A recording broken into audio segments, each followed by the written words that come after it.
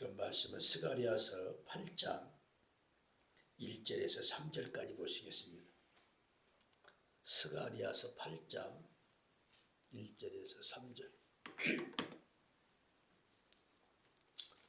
함께 읽겠습니다. 시작. 만군의 여호와의 말씀이 임하여 이르시되 만군의 여호와가 이같이 말하노라. 내가 시온을 위하여 크게 진토하며 그를 위하여 크게 분노함으로 질투하노라. 여호와가 이같이 말하노라. 내가 시온을 돌아와 예루살렘 가운데 거하리니 예루살렘은 진리의 성읍이라 일컬을 만군의 여호와의 산은 성산이라 일컬게 되리라. 아멘. 어제는 금식에 대해서 말씀하시며 그동안에 성전을 짓고 있지만 그 마음은 아직까지도 2년이 되었지만 돌아오지 않았다 이렇게 볼 수 있습니다. 금식은 요나서 3장 3절에서 10절이 기본으로 하나님께서 들어주실 것을 믿고 금식하고 부르짖고 악에서 돌아킬 때에 하나님이 응답해 주시더라. 이 금식의 결론입니다. 그러면 금식은 다른 것이 아니라 흉악의 결박을 풀어주는 것이다 그래요.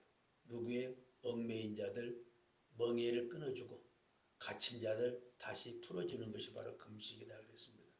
그래서 하나님이 기뻐하는 금식은 다른 것이 아니라 믿고 그 다음에 먹지 않고 부르짖고 그 다음에 악한 길에서 돌아서는 것.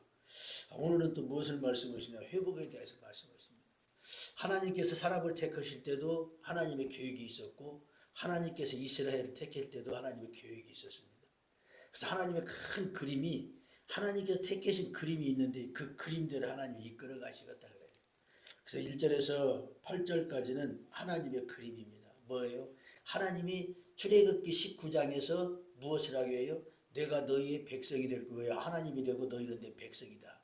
즉 거룩한 백성, 즉 함께하기 위하여 출애굽했고 출애굽에서 즉 시내산 출애굽기 19장에서 율법을 주며 이걸 지켜라고 줬던 것입니다. 그러면 무엇을 하기 위해 8절 말씀 보면 본문 8절을 보면 그래요. 뭐라고 나왔냐? 그들이 백성이 되고 그들은 내 백성이 되고 나는 진리와 공의로 그의 하나님이 되리라 그래요. 우리가 예레미야서도 많이 봤지만 바벨론 포로 보낸 이유는 딱 하나예요. 나는 그들이 하나님이 되고 그들은 내 백성의 관계를 맺기 위해서 그랬다 그랬습니다. 그리고 여기까지가 뭐냐면 하나님이 이제 이들을 향한 계획이에요. 그리고 그러면서 무엇을 했는데 너희가 그럼 이래 이 계획인데 내 백성이 되려면 어떻게 해야 될 것인가. 그래서 9절에서 13절은 건축하라. 지금 이스라엘 백성들 1차 포로 귀환한 목적이 뭐냐? 성전 재건하기 위해서 보냈습니다. 그러므로 그걸 이루어라 지금 그렇습니다. 그러면은 무엇을 주겠다? 복 주시겠다 지금 그래요.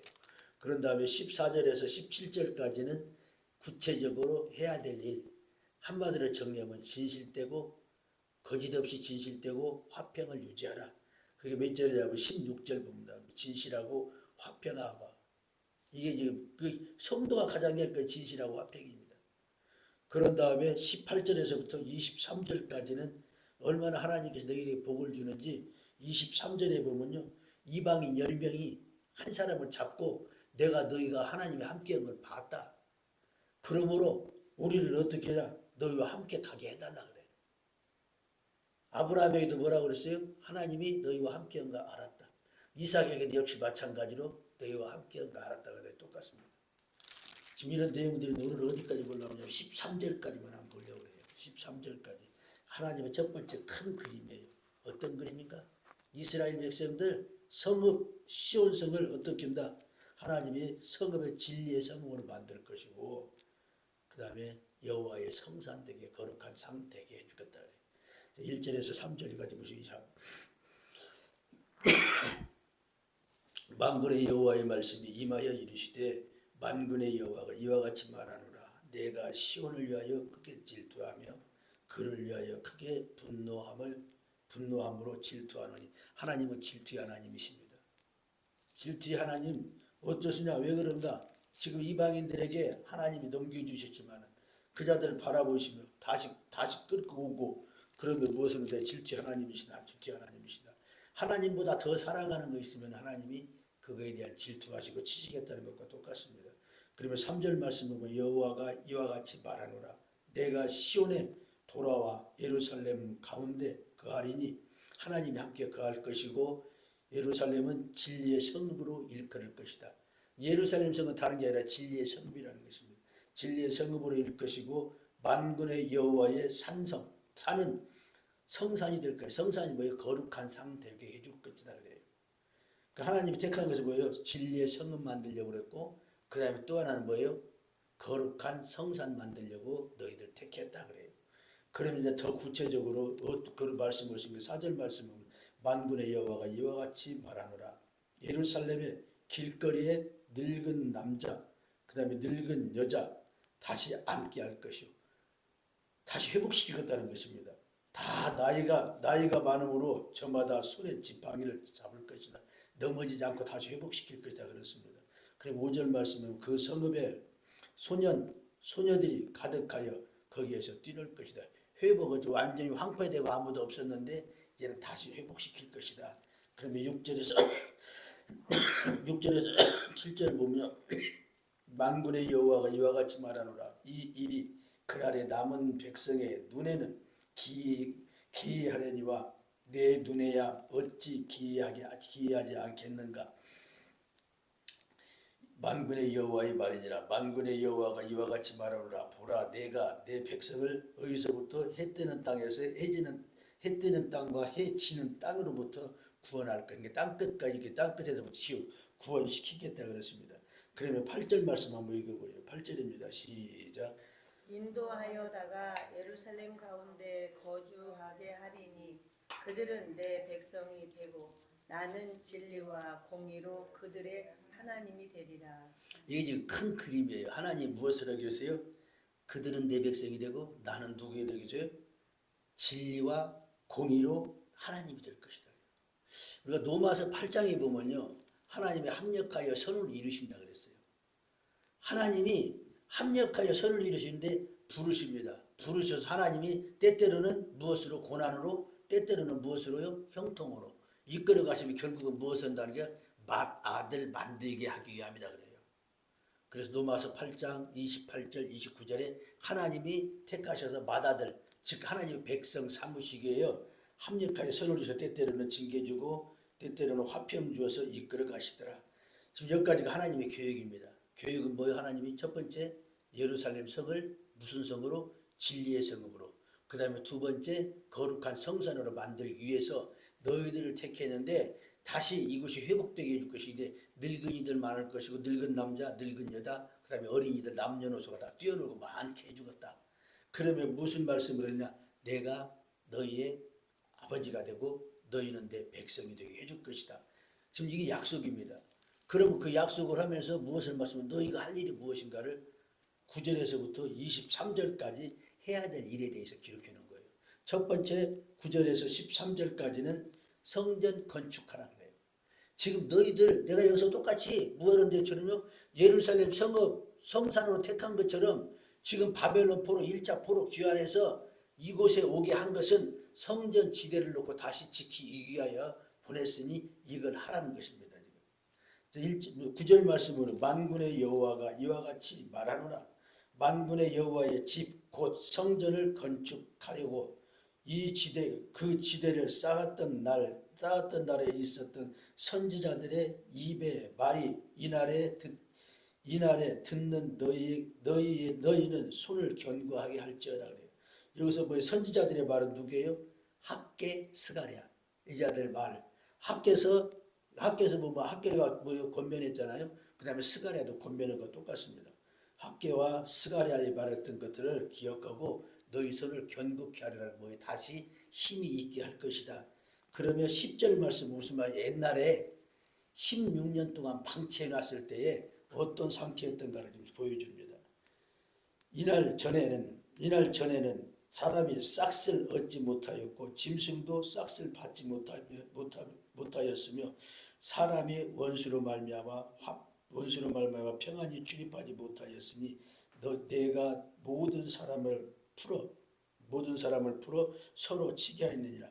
이거 학개서 1장 6절에서 11절 여기 보면 뭐라고 그래? 너희가 많이 뿌려도 거두지 못했고 마셔도 배부르지 못했고 덮어도 따뜻하지 못했고 많이 마셔도 어떻게 갈증이 해소되지 못했더라. 이 기록된 것이 학개서 1장 6절에서 11절까지 그때 다시 한번 기억시키는 거예요. 그럼 학개서 2장 16절에도 역시 마찬가지입니다. 너희가 아무리 갖다 놓았어도 산에서 갖다 걷어 놓았어도 어찌되나 하나님께서 불어버리고 그 다음에 하늘의 이슬을 갖다가 그쳤더라. 이것과 똑같이 그랬습니다. 전에 너희가 경험하지 않았느냐. 성전을 거치고 쉬었을 때에 사람이 싹쓸이 넣지 못하고 짐승도 싹쓸이 넣지 못하고 원수로 말면서 평화롭게 출입하지 못하지 않았느냐. 내가 모든 사람을 풀어서 너희를 친 것이다. 지금 그렇습니다. 그러면 11절에 보면 만군의 여호와의 말씀이라 이제는 내가 이 남은 백성에 대하여 옛날과 같지 아니할 것인지 그래요. 옛날은 뭐요? 16년 그때 짓지 않을 때와 같지 아니할 것인즉 곧 평강의 씨를 얻을 것이라. 평강의 씨, 이제 화평의 씨, 평강의 씨 얻는다는 것입니다. 그러면 포도나무의 열매를 맺으며 땅에 산물들을 내며 하늘의 이슬을 그치지 않고 이제 맺은다는 거요? 내리리니 내가 이 남은 백성으로 이 모든 것을 누리게 하리라 그래요. 그러면 유다 족속과 이스라엘 족속과 너희가 이방인 가운데에 저주가 되었으나 전에는 저주받았잖아. 저주가 되었으나 이제는 내가 너희를 구원하여 너희에게 복이 되게 하리니 두려워하지 말지니라. 손을 견고히 할지니라 그래요. 그럼 여기까지가 무엇을 말씀해요? 너희 성전 건축하라. 다시 새거든요. 자, 하나님은 택하시고 때때로는 찢으시고 다시 싸매주십니다. 치시고 또 다시 싸매주십니다. 우리 어디 한번 찾아보냐? 히브리서 12장을 한번 찾아보시겠습니다. 히브리서 12장. 히브리 12장. 제가 가지고 있는 저기로 신약성경 367페이지예요. 신약성경 367페이지. 하나님과 우리는 어떤 관계인가? 하나님은 우리 아버지가 되고 우리는 하나님의 백성입니다. 택하실 때 그 목적으로 택하셨어요. 그리고 지금 스가랴 때는 무엇을 해요? 1차 포로 귀환한 이유는 다른 것이 아니고 무엇 하기 위하여? 성전 건축하기 위하여 그랬습니다. 자, 5절 말씀 보시겠습니다. 5절 12장 5절입니다. 12장 5절 보면요. 또 아들에게 권한 것 같이 너희에게 권하시는 말씀을 잊었어도 말씀도 잊었어도 이르시되 내 아들아 주의 경계하심을 경히 여기지 말며 꾸지람을 받을 때에 낙심하지 말라 그래요. 왜 그러면은 경계할 때에 왜 권면할 때 경계할 때에 경히 여기지 말고 가볍게 여기지 말고 그 다음에 꾸지람 받을 때 낙심하지 말아야 되는가? 그 이유를 6절에서부터 12절까지 13절까지 이렇게 기록해 놨어요. 주께서 사랑하는 자에게 증기하시고 그가 받아들이는 이시는 아들마다 책찍질하심이라 그래요. 그러며 9절 말씀 보면 너희가 참음은 증개받기 위함이라. 하나님이 아들과 같이 너희를 대우하나니 어찌 아버지가 증개하지 않는 아들이 있으리요. 하나님은 우리를 아들로 삼았기 때문에 증개한다 그렇습니다. 즉 하나님이 계획하셔서 무엇을 해요? 성산되고 예루살렘이 거룩한 백성 되고 그 다음에 하나님이 되게 하기 위하여 너희를 택했으므로 증개를 주는 것입니다. 그리고 8절 말씀에 증개를 받는 것이거늘 너희에게 없으면은 사생자요 친아들이 아니라. 징계를 받는데 징계받지 않은 것은 없는 자들은 무엇이라는 거요? 사생자와 친아들이 아니라. 그러면 9절 말씀은 육신의 아버지가 너희를 징계하여도 공경하거든 하물며 모든 영의 아버지께 더욱 복종하여 사는 것이 옳지 않는가? 그러면 10절에 그들이 잠시 자기의 뜻대로 우리를 징계하거니와 오직 하나님은 우리의 무엇을 하기 위하여? 유익을 위하여 거룩하심에 참여하게 하기 위하였습니다. 이게 두 가지요. 증개하는 것을 우리에게 유익 주고 그 다음에 무엇을 하기 위하여? 거룩함에 참여하기 위하여 증개 줍니다. 그러면 11절 말씀은 무릇 증개가 당시에는 즐거워 보이지 않고 슬퍼 보이나 후에는 그로 말미암아 연단 받는 자들은 무엇으로? 의와 평강의 열매를 맺게 하느니라. 이게 증개가 없이는 절대 이것이 맺을 수가 없습니다. 그 증개를 통해서 이게 맺게 한다. 그러므로 피곤한 손과 연약한 무릎을 일으켜 세우고 내 발을 위하여 곧은 길을 만들어 저는 발로 하여금 어그러지지 않게 하게 바로 걷게 하게 하여 그랬습니다. 그러니까 징계 주는 것은 다른 게 아니라 하나님의 백성으로 바로 서가고 바로 걷게 하게 해준다는 거예요. 지금 오늘 말씀을 정리하고 그래요. 하나님이 큰 그림으로 하나님이 택 것입니다. 무엇을 택해요? 너는 내 백성이고 나는 너의 하나님이 될 것이다. 택했는데 잘 못 가니까 어떻게 해서 반드시 징계를 주어서라도 바르게 끌고 가더라. 우리가 자녀가 잘못됐다가 버려버리는 부모는 아무도 없을 거예요. 뭐 때문에 부모가 자녀를 채찍하고 바르게 키워서 결국은 사람 만들려고 평생 동안 애를 쓰실 것입니다. 똑같습니다. 지금 스가랴서도 역시 마찬가지로 오늘 본문은 하나님의 큰 그림은 내가 내 백성이 되고 나는 너희 하나님이 될 것이다. 그러므로 너희들 택한 것은 지금 어디로 그런 거예요? 다시 돌아오게 한 것은 성전 건축하기 위해 돌아왔사오니 성전 건축하라 그래요. 그럼 내일서부터는 내일은 이제 14절에서 13절까지는 어떻게 사는 것이 돌아오는 것인가를 정확하게 기록해 놨습니다.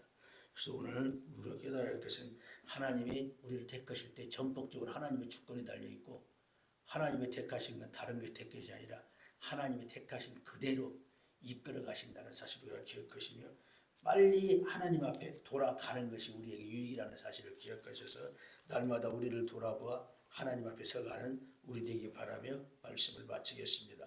기도하시겠습니다. 하나님 아버지 감사합니다. 하나님께서 우리에게 원하시는 것이 무엇인지 이 시간에 다시 한번 깨달았사오니 하나님은 우리를 그들의 백성, 하나님은 우리를 백성으로 삼으시게 하여 진리와 공의로 우리를 다스린다는 것을 잊지 않게 하시며 날마다 진리와 공의 가운데 서갈 수 있도록 인도하여 주시옵소서. 합력하여 선을 이루시는 여호와 하나님, 하나님의 뜻 가운데 서가기를 원하오니 마다들을 삼으시기 위하여 부르셨사오니 하나님 앞에 서갈 수 있는 모든 환경과 힘을 허락하여 주시옵소서. 걸어가신 예수님의 이름으로 기도드렸습니다. 아멘.